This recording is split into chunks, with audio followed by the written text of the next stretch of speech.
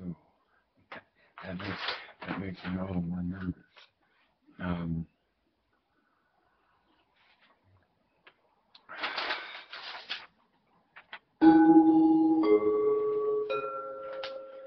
Greetings. My name is Michael Miller. This is a Michael Miller trademark training video up to you because you're watching. Thank you and welcome. It's meant for Michael Miller Pilates licensed affiliates, the Core New Core, and anyone interested in surviving and thriving as a Pilates instructor. So much today that I gave up on trying to get it organized to the point where I don't know my ending, and that's one of my titles, is to know your ending. And we might as well talk about that while I brought it up. Know your ending. What do I mean by that? Oh, okay, know your ending.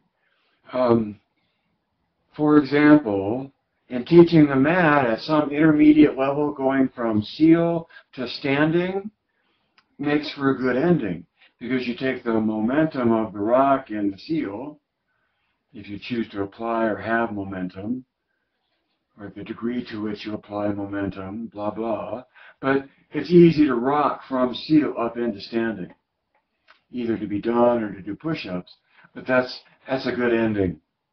And then, in terms of reformer, if you look across all of the lists of reformer, at least on my website, the ending is consistent with knee stretches, running, bottom lift. And so when I'm involved in a reformer session and I monitor time, and when it's sort of gotten away from me or not, I have confidence in knowing of a good way to bring the plane, which means the student, in for a landing, which means being grounded. Knee stretches, running, bottom lift. And another good ending that is nice to know is always possible for you is the wall, where you're up against the wall and you go through a pattern of arm movements anchored by the wall. Or connected to, anchored, connected to the wall. So that was number 4. I'm going to check number 4 off of the list. And start back at the beginning of my list of topics for today. And the first one was MMP, meaning Michael Miller Pilates. MMP is one point of view out of 100 million.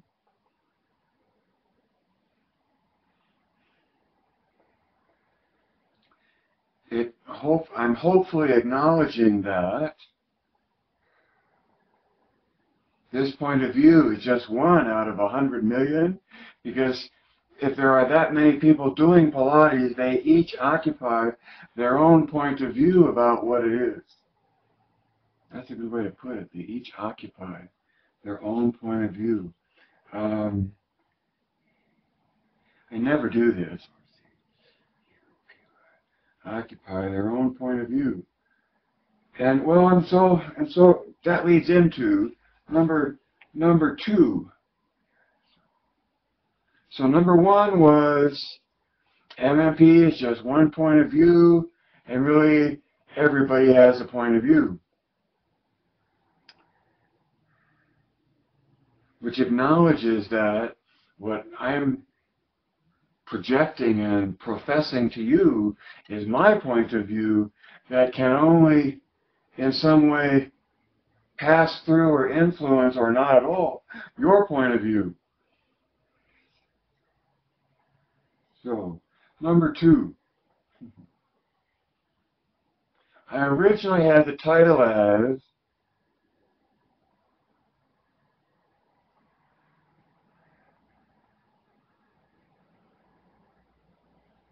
I forget what I had the title, and I don't like it anymore, so I want to just use the expression of the title I ended up writing over the top of the old one, which is, what are you observing?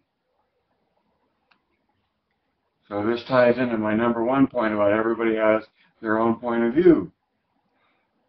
And in that regard, everybody has their own observing going on. And in that regard, it's personal. It's like pain. It happens within you, or what you have going on within you.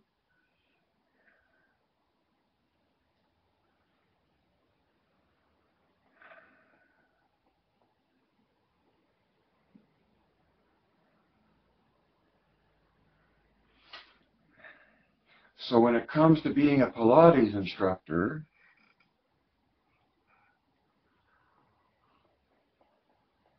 so much of it from the MMP point of view, which holds that Joe's definition of body, mind, and spirit means being, thinking, and observing.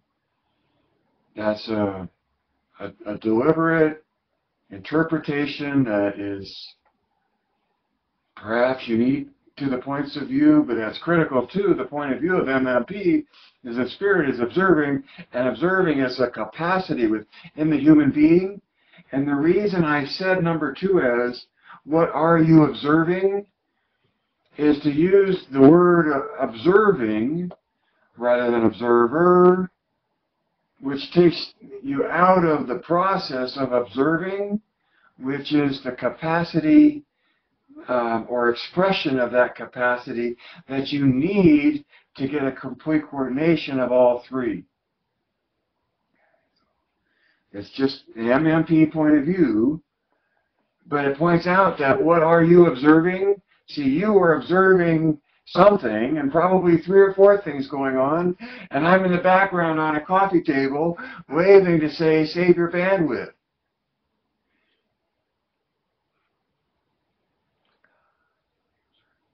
When it comes to a Pilates instructor and what are you observing, well, one thing that's observable is alignment, right? Alignment.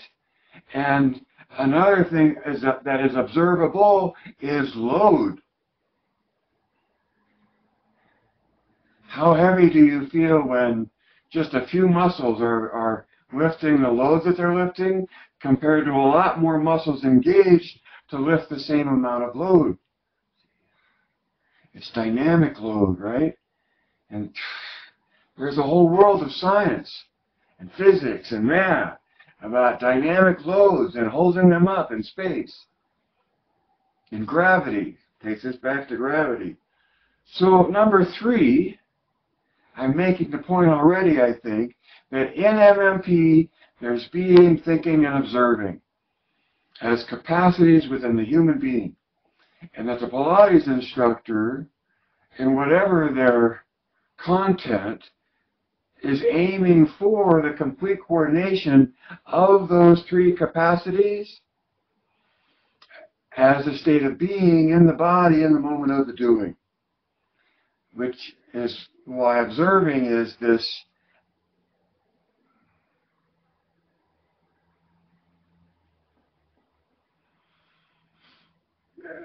presentness of the moment. Observing happens in the moment that it's happening in. Right? And that way it's very personal, and not only personal, it's very immediate. It's now. And so within the MMP point of view, body, mind, and spirit is being, thinking, and observing. And it makes you a very potent wizard combining those capacities within a human being, whatever else you wrap around it.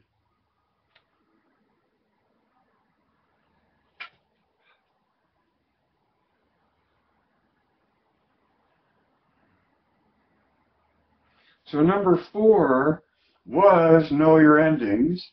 And by endings, there I was talking about the endings to sequences so that however creative you get in the middle, you sort of know where you plan on ending.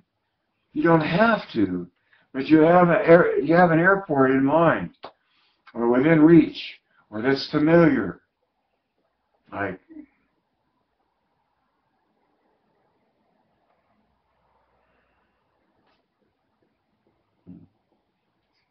like seal into standing, or knee stretches running bottom lift at the end of a reformer,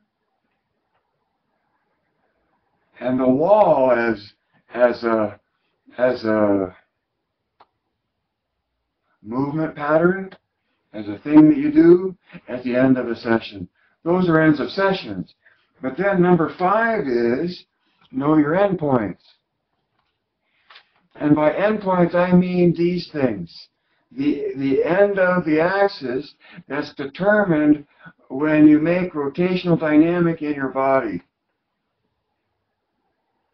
And it's what the body is capable of doing, and not only capable of it, but does it quite exquisitely and quite literally within the physics that it finds itself in to optimize the load that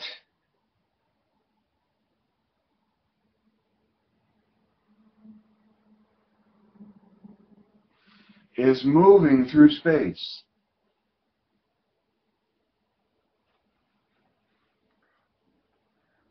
So your endpoints. Makes me want to go back and look at that video where you talked about 3 points on a smooth curve, or I talked about you talking about you observing what I was observing about 3 points on a line. Oh, and that's the other thing. On TV, a very bright gentleman was talking about what another very bright gentleman wrote. And as he wrote about what that person was observing, the subject was financial stuff, but the subject of what was being observed, he said, he characterized it as what he was observing in the paper that he wrote, and she wrote, but this characteristic of all I'm doing is professing what I'm observing. And all you can do is observe it and have it pass through or disregard it or make an impression or whatever, but it's your observing that is yours to make of whatever you choose to. Through omission of interpretation and ignoring it altogether, or trying to make any sense of it at all.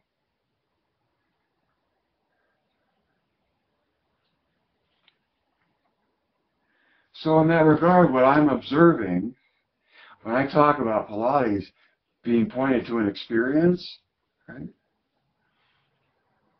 there's a good place to try to reach across to you observing this conversation, is that when you do Pilates, is there an experience involved in it for you that seems in some way distinctive? Even if it's just that you like the way it makes you feel, and that's as good as you can say, or as far as you want to take it, right? But is there something about it that's sensational? And so I reach across the medium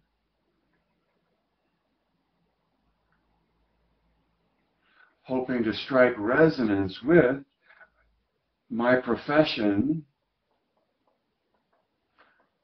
about Pilates, and that takes me to a thing about an untitled thing about legacy or money. A very wise friend of mine said, Michael, you can address your legacy or you can address money. And my question is one come at the expense of the other?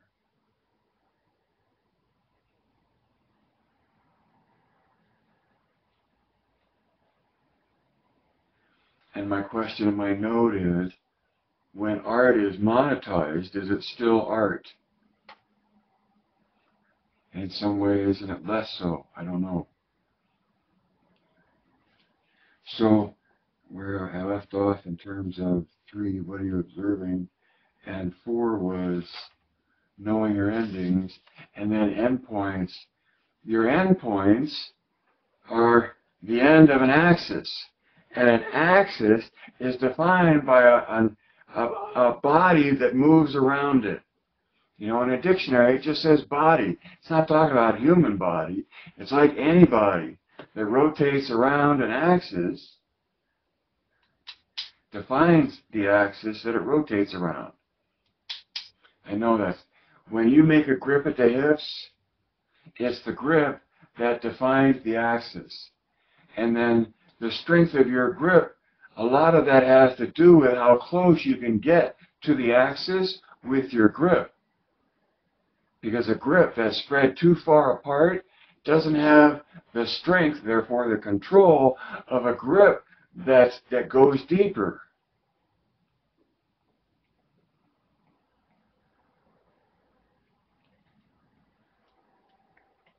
Your endpoints.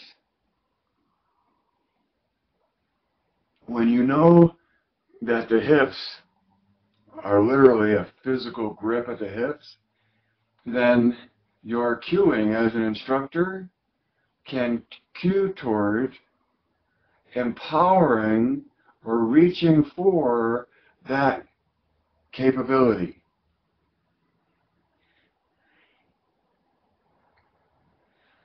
Because a lot of people are walking around with little to no capability of making rotation at their hips. They're this solid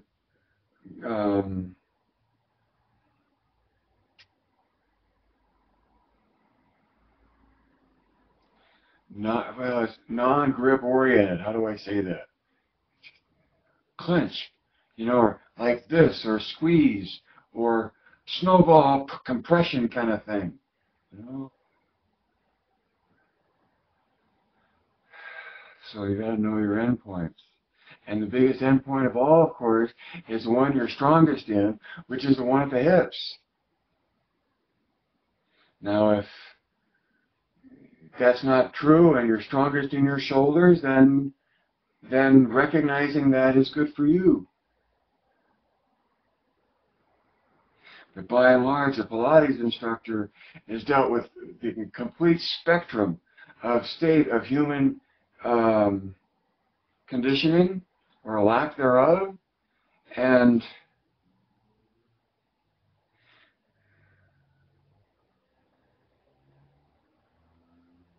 the further away they are from their capacity to engage it literally,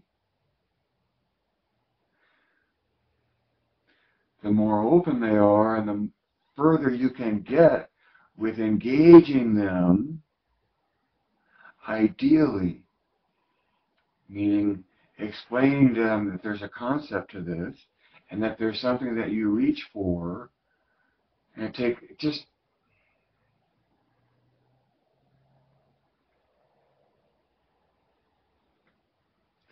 and clients that have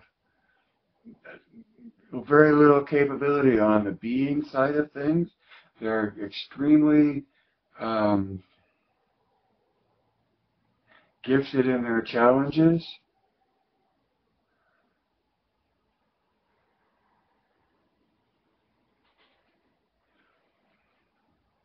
Enhancing or embracing or developing their capacity in thinking and observing. That's what's great about Pilates in many ways, is that this experience that I'm aiming for as an instructor, it may never get there with some clients. But that I'm aiming for with everyone and anyone in the moment of being the instructor is that coordination of being, thinking, and observing that Joe defines his method to be.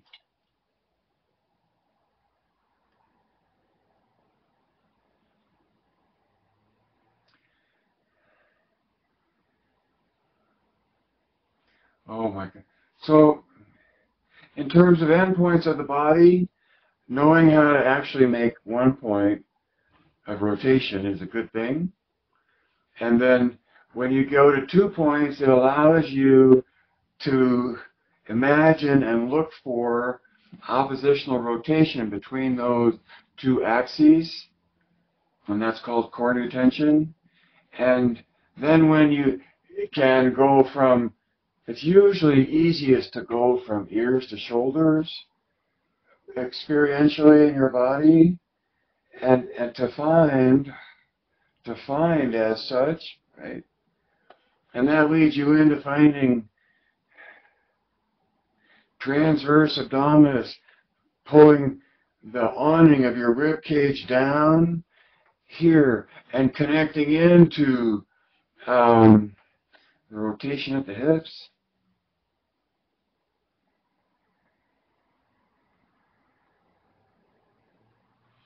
I wanted to make a point about, on the ladder barrel, reaching out into a straight line in toes apart, heels together, Pilates V. Reaching for a straight line there, or a straighter line.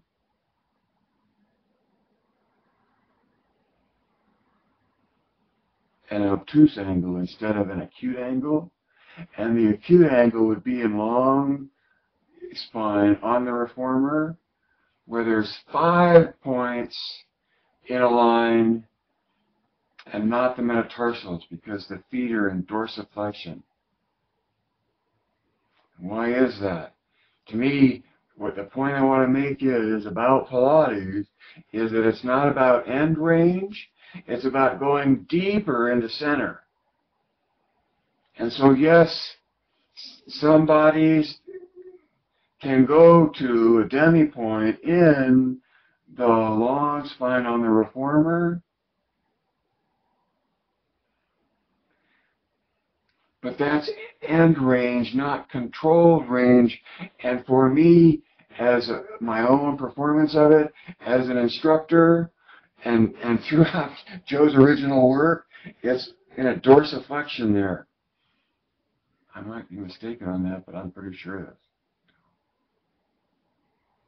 At least my reason for dorsiflexion in the long spine on the reformer is because to put 6 points on a line is to be at end range, and with that much load and that position in the body, no matter the construction of the body, almost, I mean, depends, but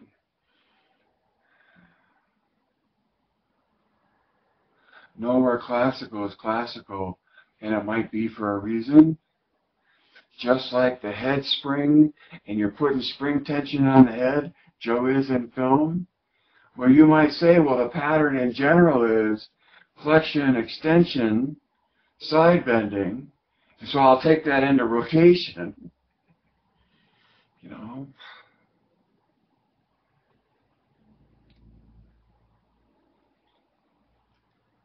Like I think someone said about painting, know what the rules are of painting before you break them, or go, yeah, and that's true in that instance to me.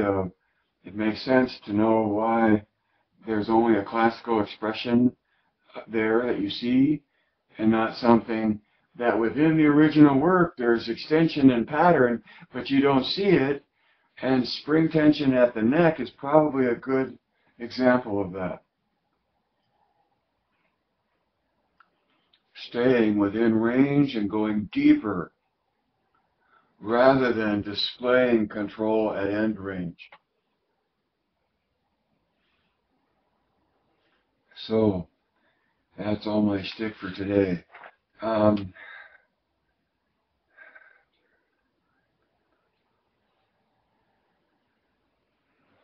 Each occupy their own. Each of us occupies our own point of view.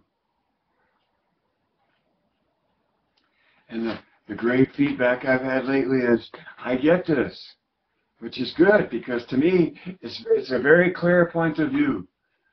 And it doesn't need to or have to take into account anything else in the tapestry of Pilates to understand it within the point of view that it projects,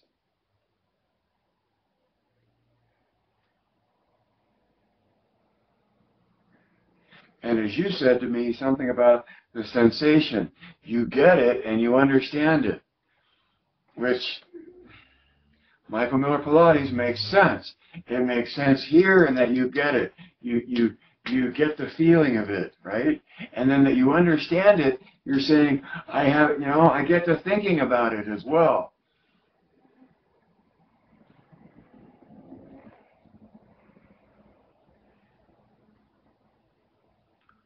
So life can't live forever. I'm glad I got the chance to do this again. Read between the lines. See behind the curtain. Add two and two. And I think that's part of this message is, and director thinking, is trying to make the point that in there being something to get, it's you that gets it. It's my point of view is one thing, and all the 10,000 points of view that are out there, all about this subject, right? And all about what it takes to teach as a Pilates instructor. It boggles my mind how much Pilates is out there around the world now. How big the tsunami really is.